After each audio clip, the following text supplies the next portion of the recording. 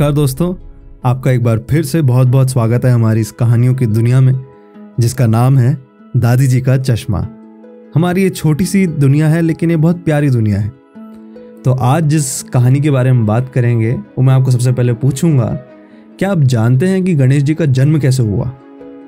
अगर नहीं, आइए मैं आपको बताता हूँ और बड़े इंटरेस्टिंग तरीके से बताता हूँ। तो एक दिन माता पार्वती ने ऋषियों और देवों से कहा, एक समय की बात है जब भगवान शिव गहन ध्यान में लीन थे। मैं चाहती थी कि मेरे कक्ष की रक्षा के लिए कोई तो हो ताकि मुझे कोई परेशान ना करे। इसलिए मैंने यह सोचा कि मैं अपने शरीर के उबटन यानी जो शरीर के ऊपर लेप लगा लेते हैं तेल का, उसको और सजाने के लिए, तो उसको उतारने के बाद उससे गणेश की मूर्ति बनाई और उसमें प्राण फूंक दिए। अब भगवान है तो भगवान के लिए तो वैसे भी कुछ भी इम्पॉसिबल नहीं है। इस प्रकार गणेश का जन्म हुआ। उन्होंने अपनी बात खत्म कर दी। यहां ऋषि मुनियों की एक्साइटमेंट बढ़ती गई तो उन्होंने पूछा, माँ सुनिए ना, आगे बताइए ना, फिर क्या हुआ, शांत क्यों हो गए?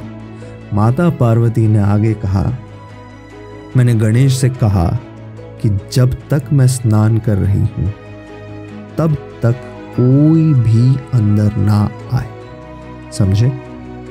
अब गणेश ने भी मेरे आदेश का वैसे ही पालन किया और द्वार पर पहरा देने लगे। इसी बीच भगवान शिव ध्यान से जगे और कक्ष में प्रवेश करने लगे, लेकिन गणेश ने उन्हें रोक दिया क्योंकि उन्हें मेरे आदेश का पालन करना था। देवताओं ने आश्चर्य से पूछा, फिर भगवान शिव ने क्या कहा?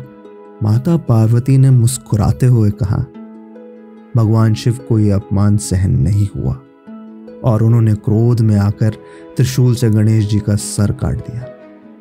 अब जब ये मुझे पता लगा तो मैं अत्यंत दुखी हुई। मैंने भगवान शिव से कहा, गणेश मेरा पुत्र है और मैं उसे पुनः जीवित देखना चाहती हूं। एक ऋषि ने एकदम से पूछा, फिर गणेश का पुनः जन्म कैसे हुआ माता?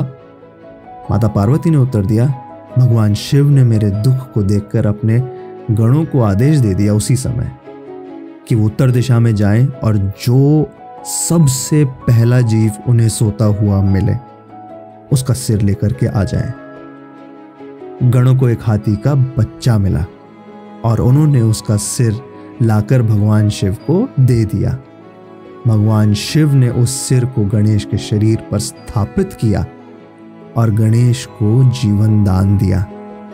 तभी से, उस ही दिन से गणेश को गजानन का नाम दिया गया है और वो गजानन के नाम से जाने जाते हैं। तो दोस्तों, ये हमारी एक छोटी सी और प्यारी सी कहानी जो कि हम अपनी दादियों से या नानियों से या अपनी मम्मी से सुनते थे, वो आप सभी के सामने प्रस्तुत करी कि गणेश जी आखिर उनका जन्म हुआ कैसे।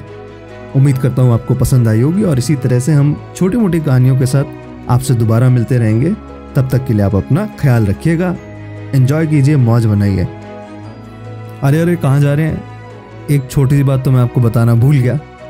अगर आप ये जानना चाहते हैं कि गणेश जी की पूजा सबसे पहले क्यों होती है तो आपको थोड़ा सा इंतज़ार तो करना पड़ेगा। हम ये बताएंगे अपनी अगली वीडियो में। तब तक के लिए थोड़ा सा इंतज़ार और ये छोटा सा ब्रेक।